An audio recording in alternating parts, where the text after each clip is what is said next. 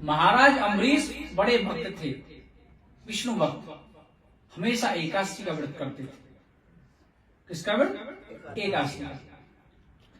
सनातन धर्म में एकादशी का व्रत सर्वोत्तम है,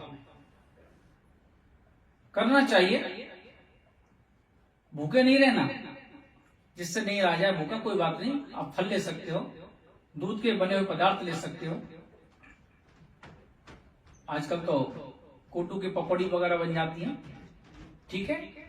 कोशिश करो एकादशी का व्रत रखने की, सबसे बड़ा व्रत है, महीने में 2 बार आता है, शुक्ल पक्ष में और कृष्ण पक्ष में। तो महाराज अम्बरीश एकादशी का व्रत करते थे। कैसा व्रत? निर्जला, पानी भी नहीं। हाँ, दूसरा क्या है, एकादशी के दिन तुलसी मैया में पानी नहीं देना चाहिए, क्योंकि वो निर्जला व्रत रखती है एकादशी का।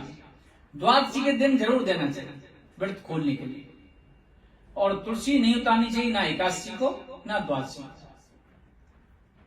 पहले से 10वीं को उतार के रखो 2-3 दिन के लिए, और रविवार को मत उतारो। इस पर हमें थोड़ा ध्यान रखना पड़ेगा। तो एकादशी का व्रत रखते थे निर्जला। दूसरे दिन व्रत का पारण करने वाले थे द्वादशी में। उसी समय दुर्वासा ऋषि आ गए। महाराज अम्बरीश बड़े प्रसन्न हुए कि महाराज आप हमारे घर पधारे, बहुत अच्छी बात है, पहले आप भोग लगाओ फिर हम प्रसाद पाएंगे। दुर्वासा ऋषि बोले मैं अभी आता हूं, स्नान करके आप तैयारी करो, आप तैयारी करो। क्या हुआ? दुर्वासा ऋषि ने बहुत समय लगा दिया। वहां पर द्वादशी खत्म होने वाली थी, त्रयोदशी प्रारंभ होने वाली थी। अगर व्रत का पारण द्वादशी में ही करना चाहिए, अगर त्रयोदशी में पारण करते हैं तो अपराध लग जाता है। तो उन्होंने पूछा, अपने पुरोहित से पूछा, ब्राह्मणों से पूछा, तो उन्होंने बोला कि भगवान का चरणोदक ले लो, उसे दुर्वासा ऋषि का अपमान भी नहीं होगा और आपका व्रत भी खुल जाएगा, पारण हो जाएगा। चरणोदक जैसे लिया महाराज अम्बरीश ने और उनकी धर्मपत्नी ने, दुर्वासा ऋषि आ गए और बोलने लगे हमसे पहले तुमने व्रत का पाठ कर लिया है। क्रोध हो गए, इतने क्रोधित उन्होंने कृत्या को प्रकट कर दिया कि महाराज अम्बरीश का वध कर दो, जाको राके साइया मार सके ना।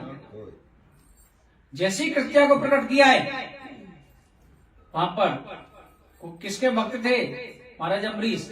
विष्णु भगवान के सुदर्शन चक्र आ गया। उसने कृत्या का वध किया है और सुदर्शन चक्र पीछे पड़ गया दुर्वासा ऋषि के। अब दुर्वासा ऋषि भागे आगे आगे भोले बाबा के पास गए, महाराज मेरी रक्षा करो। किससे रक्षा करें? सुदर्शन चक्र से हम रक्षा नहीं कर सकते।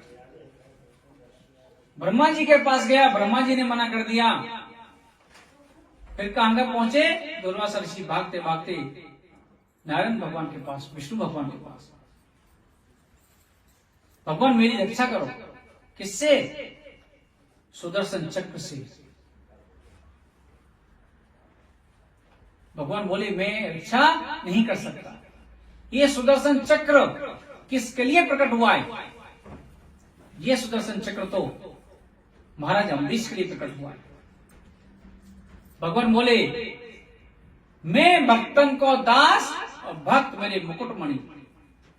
मैं भक्तों का तो दास हूं, भक्त का है मुकुटमणि। मुकुट में नहीं, मुकुट में जो अनमोल मणि है वो मेरे भक्त हैं। मैं कुछ नहीं कर सकता। अगर आपको अपनी रक्षा चाहिए तो महाराज अम्बरीश के पास जाना पड़ेगा। राधे राधे। अब तो दुर्वासा ऋषि भागते भागते भागते भागते कहां पहुंचे? महाराज अम्बरीश के पास। कुछ साधु संत बताते हैं दुर्वासा ऋषि को भागते भागते और वापस आने में 1 वर्ष का समय लग गया था, और महाराज अम्बरीश वहीं पर खड़े होकर इंतजार कर रहे थे। जो तप है तभी तो हम अब याद कर रहे हैं उनको। उन्होंने दुर्वासा ऋषि को वापस आते हुए देखा और हाथ जोड़कर उनका स्वागत किया है। दुर्वासा ऋषि बोले, हाथ जोड़ने का समय नहीं है, पहले सुदर्शन चक्र से भी रक्षा कर। तो महाराज अम्बरीश ने हाथ जोड़कर प्रार्थना की सुदर्शन चक्र से, अगर मैंने अपने जीवन में कोई भी पुण्य का कार्य किया हो तो हे सुदर्शन, आप दुर्वासा ऋषि को छोड़ दो। इतना कहते ही सुदर्शन चक्र वहां से वापस चला जाता है। बोलो भक्त वत्सल भगवान की जय। कहने का मतलब यह है, आप भगवान की तरफ चलो तो सही। दुर्वासा ऋषि कम नहीं है, बहुत भजनानंदी हैं, लेकिन अपने भक्त के लिए भगवान ने उनके पीछे भी सुदर्शन चक्र लगा दिया।